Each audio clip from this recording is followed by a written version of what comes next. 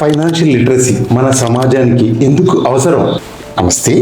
మనం సాధారణంగా మన డబ్బు గురించి మనం మాత్రమే ఆలోచిస్తాం, కానీ మీరు తీసుకునే ప్రతి ఆర్థిక నిర్ణయం మన సమాజంపై, మన దేశంపై ప్రభావం చూపుతుందని మీకు తెలుసా? ఒక వ్యక్తి ఆర్థికంగా బలపడితే ఆ కుటుంబం బాగుంటుంది, ఆ కుటుంబాలు బాగుంటే సమాజం బాగుంటుంది. ఈ రోజు మీ ఫైనాన్షియల్ డాక్టర్ ఫక్రుద్దీన్ ఆర్థిక అక్షరాస్యత సమాజంపై చూపే ప్రభావం గురించి వివరించబోతున్నాను. ద ఫౌండేషన్ ఫైనాన్షియల్ లిటరసీ అంటే కేవలం లెక్కలు కాదు, ఇది మన బిహేవియర్, మన ఆలోచన తీరు, యాటిట్యూడ్. ఇది మనలో ఆత్మవిశ్వాసాన్ని నింపుతుంది, అప్పుల ఊబిలో కూరుకుపోకుండా ధైర్యంగా నిర్ణయాలు తీసుకునేలా చేస్తుంది. Personal stability and economic growth. ఒక వ్యక్తి బడ్జెట్ చేసుకుని పొదుపు చేసి సరైన చోట ఇన్వెస్ట్ చేస్తే ఆ డబ్బు వ్యాపారాలు విస్తరణకు, కొత్త ఉద్యోగాల సృష్టికి తోడ్పడుతుంది. అంటే మీ పెట్టుబడి దేశ ఎకనామిక్ గ్రోత్ కి ఇంధనంగా పనిచేస్తుంది. Reduction in stress and mental health.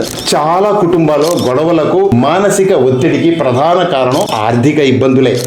ఆర్థిక అవగాహన ఉన్న వ్యక్తి ఈ సవాళ్లను ధైర్యంగా ఎదుర్కోగలడు. దీనివల్ల సమాజంలో మానసిక ఆరోగ్యం మెరుగుపడుతుంది, సంతోషకరమైన సమాజం ఏర్పడుతుంది. Retirement preparedness. వృద్ధాప్యంలో ఇతరులపై లేక ప్రభుత్వ పథకాలపై ఆధారపడకుండా సొంతంగా రిటైర్మెంట్ కార్పస్ కలిగి ఉండడం చాలా ముఖ్యం. దీనివల్ల సామాజిక సంక్షేమ వ్యవస్థలపై భారం తగ్గుతుంది, గౌరవప్రదమైన జీవితం సాధ్యమవుతుంది. Consumer protection and scams. ఈ రోజుల్లో ఆన్లైన్ స్కామ్లు, ఫ్రాడ్ స్కీమ్లు ఎక్కువయ్యాయి. ఆర్థిక అవగాహన ఉన్న ప్రజలను ఎవ్వరూ మోసం చేయలేరు. మీరు మోసపోకుండా ఉంటే సమాజంలో నేరాలు తగ్గుతాయి.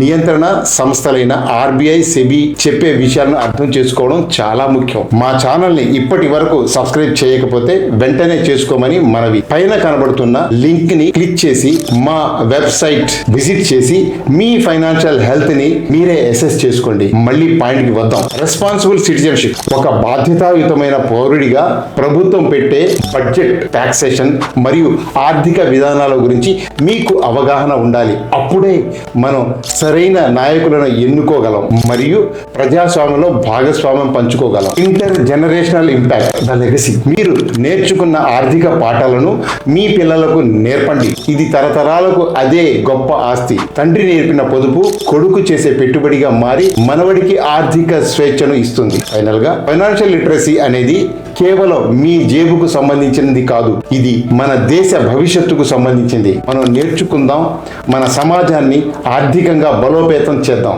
ఈ వీడియోను వీలైనంత ఎక్కువ మందికి షేర్ చేయండి, ముఖ్యంగా యువతకు ఇది ఎంతో అవసరం. నేను మీ ఫక్రుద్దీన్, సైనింగ్ ఆఫ్. జై హింద్, జై భారత్.